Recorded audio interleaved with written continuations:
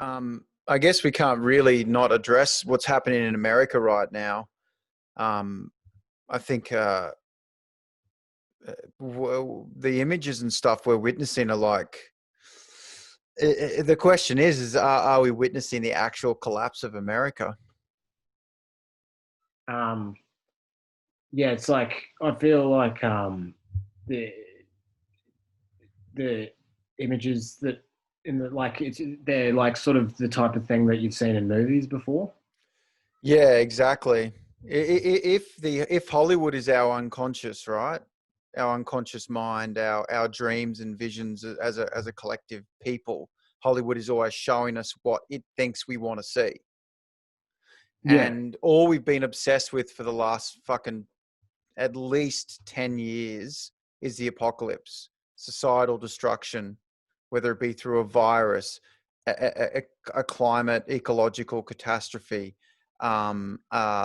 economic catastrophe, or like doomsday preppers, Independence Day, Contagion. Like it never ends. We're just obsessed. Walking Dead. We're obsessed with societal collapse, and then you see what's happening with coronavirus and you see what's happening with these riots right now and mass destruction and the deployment of the military. And it's like seeing a movie. It's like watching a movie you've already seen. If that yeah, makes it's like sense. the real life version of it triggers nostalgia for the film. So Yeah. you're like, oh, this reminds me of Independence Day, but it's 9/11 or whatever.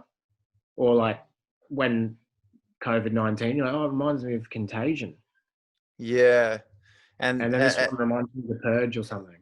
yeah, it's like Children of Men and movies like that, like where you see mass deployment of soldiers on the streets of America. And then you Well, see that the was I think there's a your fascinating link towards the collective unconscious or the collective dreams, visions, and nightmares of a society and Hollywood, of American society and Hollywood. yeah, it was like what you were saying as well, like um, where you were saying like what kind of apocalyptic flavor is this? Mm. Because there's different like spectrum, like on the spectrum, like you've got your Independence Day like kind of thing, like Armageddon type on one end. Yeah, it's all over if this happens, kind of thing. It's all Instantly, over. bang. It's Yeah, like yeah, and just and it's like yeah. The other one what? where the whole, I forget it was tomorrow or something. I forget what it was called, but it was just the poles of the earth switched one day. It's like the Yeah, that 2012 vision. that one I would say is a Instant apocalypse, mass destruction, atomic bombs. yeah, that the day after tomorrow one, that's a big one. You've got to Yeah, be prepared. yeah, But like because it's a yeah, bit like even doomsday preppers are fucked for that. Like a yeah, tidal wave coming at you. It doesn't matter how many cans of cannellini beans you have, you know? Like it yeah. doesn't matter how good your bunker is, you're fucked. You're fucked. Yeah, Unless like John Cusack comes over to your place in a car and yeah. He chooses you, kind of thing. yeah. Um He picks you out. yeah. I guess in that case, you want to be a good-looking leading woman, probably, because that's who he's probably going to be rescuing. Probably yeah, he's probably not looking to save an unemployed red nut. But yeah, that's the other but yeah, Yeah, it's like there's that spectrum because then probably the one of the best ones is Children of Men because in Children of Men it's got like a hyper realism to it of like this could actually be the case where you've still got your Coca-Cola and your Pepsi ads everywhere, but you've got militarized police at the McDonald's saying order your fucking meal. as society degrades, infrastructure becomes worsens, more and more people are unemployed and disenfranchised, unrest becomes more and more commonplace. The military are deployed so that the limited everyday functions of, you know, people can be protected by the military. Like when Trump just deployed the military so he could go to church. Obviously, that's an extreme. That's what just happened. An extreme example, but that could be if society becomes so dysfunctional, that could be the everyday. I mean, I saw a sign up in America, as, you know, Pepsi sponsoring COVID testing centers, like Pepsi COVID testing center. Like, it's fucking so, yeah, it's this weird thing of like where there's remnants of the society, but it's protected by an authoritarian military apparatus to protect it from the dysfunction that's become so big that you need men with guns to actually protect everyday life from Yeah, you thousands and get thousands of people. well, yeah, because that's totally like because I think children of men, yeah, it's almost demonstrating how adaptable capitalism is to whatever political system it's given. So Right. it's like, yeah, we can deal with like, yeah, you can go out and do whatever you want. We can deal with that, but we can also deal with police state, gun to your head, have a fucking cheeseburger. Which is like that Pepsi ad where famously ridiculed because there was a race riot and just general unrest, and then a woman has a, remember that famous, I forget, it was it one of Yeah, the Jenners? You know, there's like Jennifer, you know, there's Jenna, like Kylie Jenner. Kardashian. Yeah, I forget them all mixed up. Yeah, Anyway, one of those people that have heaps of money for doing nothing and will be the first people who are killed in this new revolution. Anyway, one of those people just has a Pepsi, and all the people just suddenly, the black, the white people, the police, all get along. That'll be the future of consumerism as we enter the collapse of America. It'll be like, get your apocalyptic Coca-Cola gas mask, sponsored yeah, by yeah. There'll Coke. be Buy a carton of Coke and you get a free gas mask to be able to breathe in the new toxic wasteland. yeah. They'll just incorporate like they'll just be people in military uniforms in Subway ads, like Yeah. Subway eat fresh. And there's like a guy with like an armed machine gun, like Yeah, there's a making sure. guy who's like just one of the military police of the authoritarian government, like goofily puts down his gun and is like, whoa, and tries like a foot long. Yeah, Like yeah, they weirdly incorporate but you know, yeah, I'm not totally. trying to make light of what's happening in America, but I'm just trying to say that what I see is more than just a riot, a protest against racism. That's part of it. But I see, when I look at America, I've seen this, and foreign powers have something to do with it. The corruption of the democracy, the Trump being elected and being divisive and authoritarian and inciting, you know, extremism. People who are either love him or hate him. All massive wealth inequality, and so this riot has just brought all of that to the surface. So you've got people that are really poor and need things rioting and looting. You've got people that are just disenfranchised, smashing up the place. You've got people legitimately protesting racism. You've got Democrats and Republicans unable to function, to come to any agreement. You've got almost every issue has just come to the surface here. And I don't see how America's going to suddenly be unified unless I don't know, they have some great leader come in and sort of make a, you know, but Obama comes back or something and makes a great speech. Something like, how do you unify this country? Yeah, it's like I think he's good at like doing speeches to like fans, Yeah. like only. Yeah. Like it's got He to be plays to his the back crowd. of the room. Yeah, He he's got to pays to play to his his crowd. people. Well, Yeah, he's like yeah, he's got a following, I guess. Like he's a cult speaker. yeah. He can't do like the broad Michael McIntyre type, get everyone in there, like with the relatability type thing. Oh, fuck. But Yeah. it does matter who the leader is, eh? Like usually it doesn't matter. Like it doesn't change the fabric of day to day life. Like if it's Labor or Liberal here, you don't feel like it's not like coffee tastes different or whatever. No, there's not a remarkable difference. Yeah, you're not like, oh, this tastes like Anthony Albanese is in power. Like there's no, But in you can't America, feel you're saying you feel the difference in everyday life when Trump's in right. power. I reckon you would feel this. You'd feel it because there'd be like a car on fire outside. You'd be like, oh yeah, this is Trump. like it sort of changes your day to day, like you're jogging through like an inferno. Yeah. Well, I agree with you. I think, you used an extreme example there, but when I was in LA and North Carolina and stuff like that during like like during Trump's presidency, but actually specifically on their Independence Day, I was there, and you do feel it in the air. Tensions are high because you're either Yeah. for Trump or you're against him. And and I noticed when North Carolina people were waving Trump flags everywhere, and that's a provocative and controversial act, and that just points to how divisive he is. So then you've got that, and then you've got these racial lines that have been a huge problem in America forever, and then you've got wealth inequality.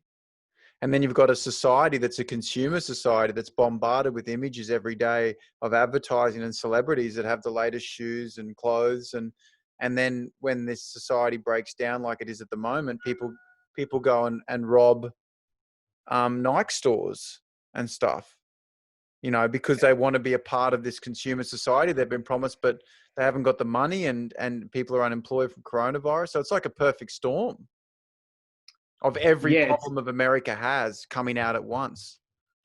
Do you it's think interesting as well. there's some truth in that? Yeah, absolutely. Well, I think also like, well, firstly, it's weird because say if you do get like, a new TV or whatever from looting, it's like if you improve your status with that consumer product, it doesn't matter if the world's in flames. Like, is there status in a post-apocalyptic world? Right. It's like, oh, Yeah. he's got the new Adidas shoes. The answer is no, and I think it's a really interesting point because, yeah, if this society continues to disintegrate in America, the points of value of, like, say, material goods or art or anything, if the society around it has degraded, none of it means anything. It's actually a great moment in the film Children of Men when one of the rich people that are protected by the authoritarian police from the hordes of refugees and people that are poor, and like the rich people, one of them bought the statue of David, and there's a great point where that statue, you realize, is meaningless in a society that's collapsed around it.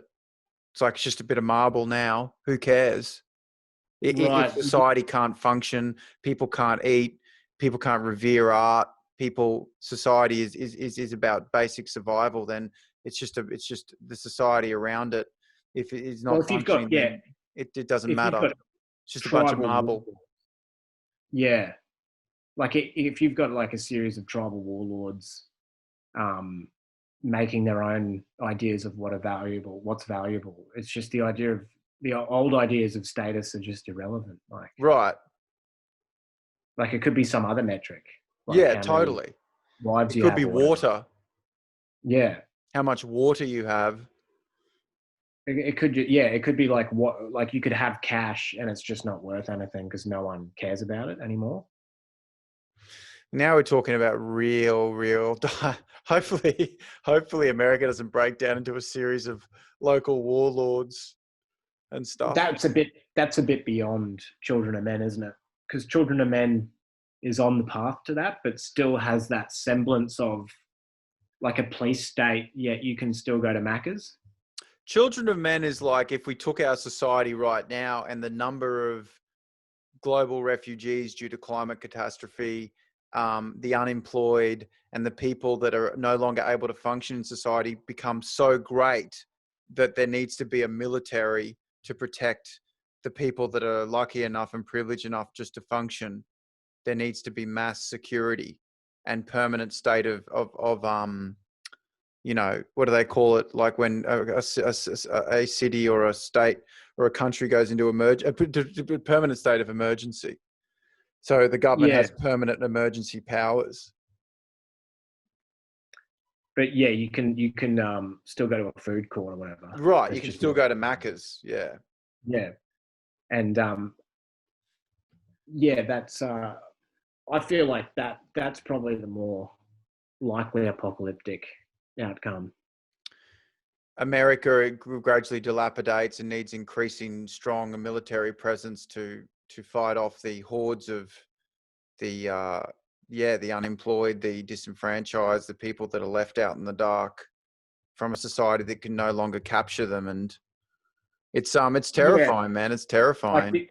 you'll still be able to visit, but it'll be like in the same way you can visit North Korea, get like a Dark 72-hour tourism. visa. Yeah, Yeah. to Pyongyang. Yeah. They'll be like, this Like, is Chernobyl. It's like the White House. It's like just dilapidated, like yeah. needs renovation. America becomes a place you visit for dark tourism.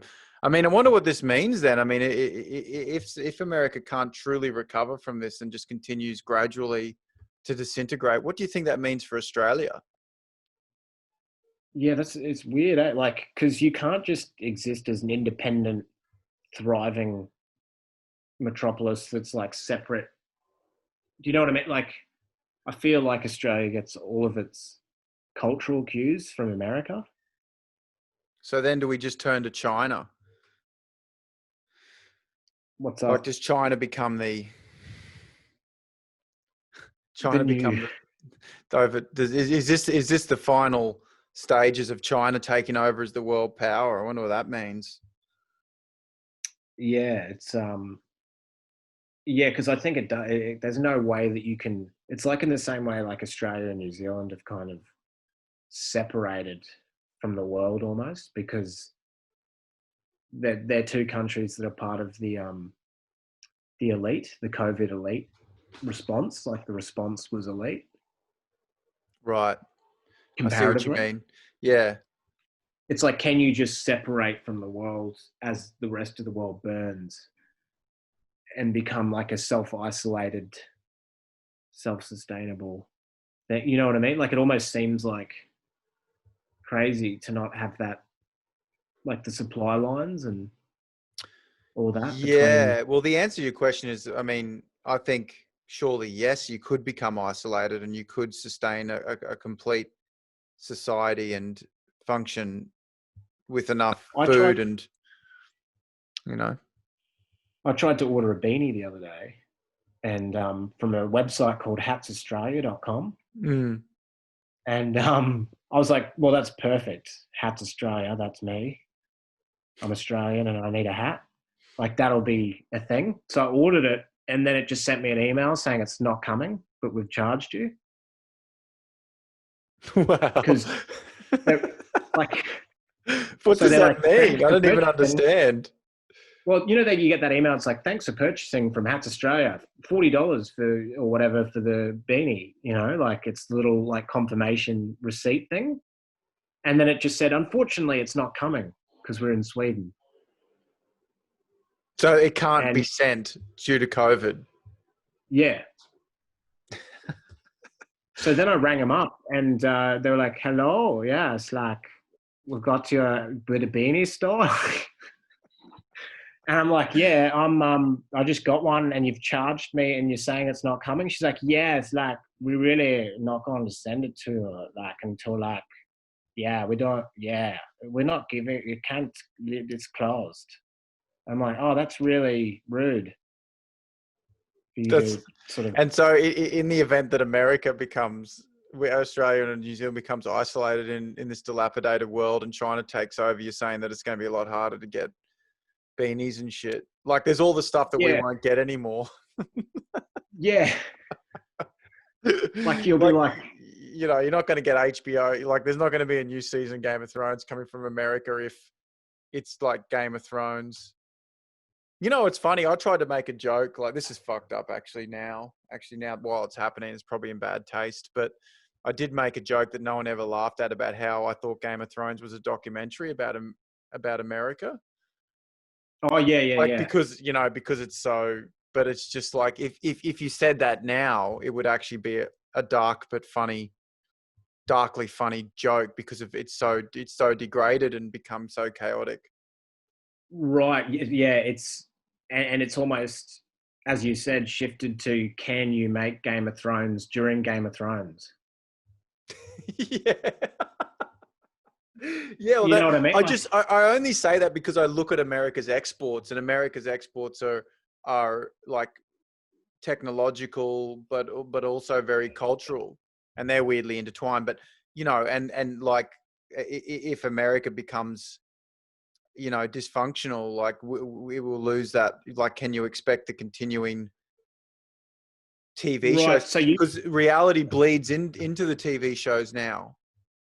right. So if you ring up, so it's like me ringing up America and going, "Yeah, do you guys have the latest season of Curb Your Right. Enthusiasm? I just want to watch that." And then they're like, "Oh, sorry, yeah, Larry David's on fire Exactly. right now." So Or you're like, "Oh, the latest season just has glimpses of, like, he steps outside and the military authoritarian permanently deployed military force that protects citizens from the ongoing chaos of society are like, hey, why can't I park here? Well, you can't park here, sir. It's a emergency zone for authoritarian military police. Yeah, but you said I could park. Like it's bought into the comedy. One point. like he Like a scares him, tank. like, dun, dun, dun, Yeah, dun." yeah, yeah, Yeah, yeah. it'll definitely make Curb more interesting. But also, like, I feel like Curb will be really good at incorporating like COVID-19 stuff because it's all about queuing and distancing and hygiene, Yeah. which is perfect for Oh, Larry. it's perfect. Like you know, the queuing. Like I've noticed, like queues are really weird now. Like because to be in the queue, you've got to be so far away from the other person in the queue that it looks like some people have already ordered and some people haven't. So you can't work out who's ordered yet. So there's like people on their phone and shit in the queue, but they've already ordered, but they're distanced. Do you know what I mean? So Yeah. now you'll have there's people blocking your way and they've already ordered, but you don't know. So So you're what you having to ask it.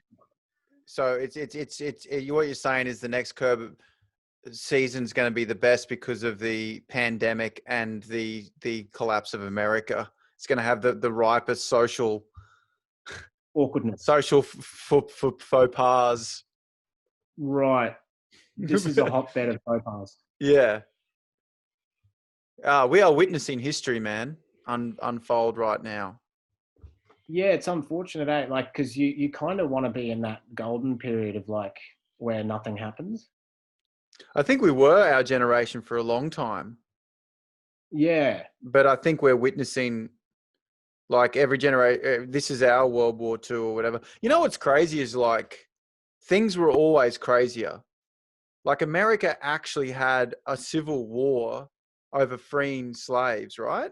That was what that war Yeah. was about, where they formed armies and America like fought a war inside itself. Like, that's crazy. And then the Cold Yeah. War, in World War II, the Nazis went to war with America, and Japan bombed Pearl Harbor.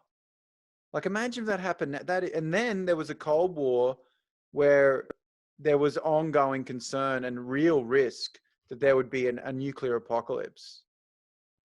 So, like, it's Yeah. so long ago now that it doesn't seem. But you think about, imagine if America said, we're going to go to war now against ourselves with the pro-Trump and non-pro-Trump conservative Democrat war. And America had to, and the southern states and the northern states armed and actually went to war. That's what happened. I mean, you know what I mean? I'm just saying that it's easy to forget that that Yeah. that There's that the world Steven has always Pinker. been fucking crazy. Yeah. There's that Steven Pinker idea, which I think is like sort of elite globalist thinking, which is that. So like, I think it's sort of that weird like it's like that Davos retreat type thinking, you know, like where the elites like talk about like theories and stuff. So I think that his idea is like, you know, that everything gets better with time His idea is because of that, yeah, that violence and chaos and culturally accepted evil of rape, violence, murder has slowly decreased, and war has slowly decreased over time. yeah, yeah. And I think like I think it's almost he's almost been proven wrong, but in a weird way right as well, because he's wrong in the sense that things are getting really bad now, but maybe right in the sense that then they are really bad, but the volume's turned down on what it was 200 years ago or whatever? Like it's still a better Yeah. form or a really bad thing? Yeah, on average, it's right now is not as bad as per capita kind of thing as say World War II, or then go back to Genghis Khan, who just murdered and raped everyone in the world. Yeah, it's like Richard Dawkins was saying something like Hitler would have seemed like a humanist to Genghis Khan because he would have been like, oh, like it's like you put them in shelter, like really, like you feed That's them. so crazy. I You know love what I that mean? idea. Because Genghis Yeah, Khan because was like he'd rip your head off, yeah, like he'd come to your house, your hut, and just rip your head right off, and then yeah, like drink your body or whatever. yeah. So he would have Whereas looked at Hitler and gone, "Who's this? Who's this greenie? This pinko commie?" this lefty.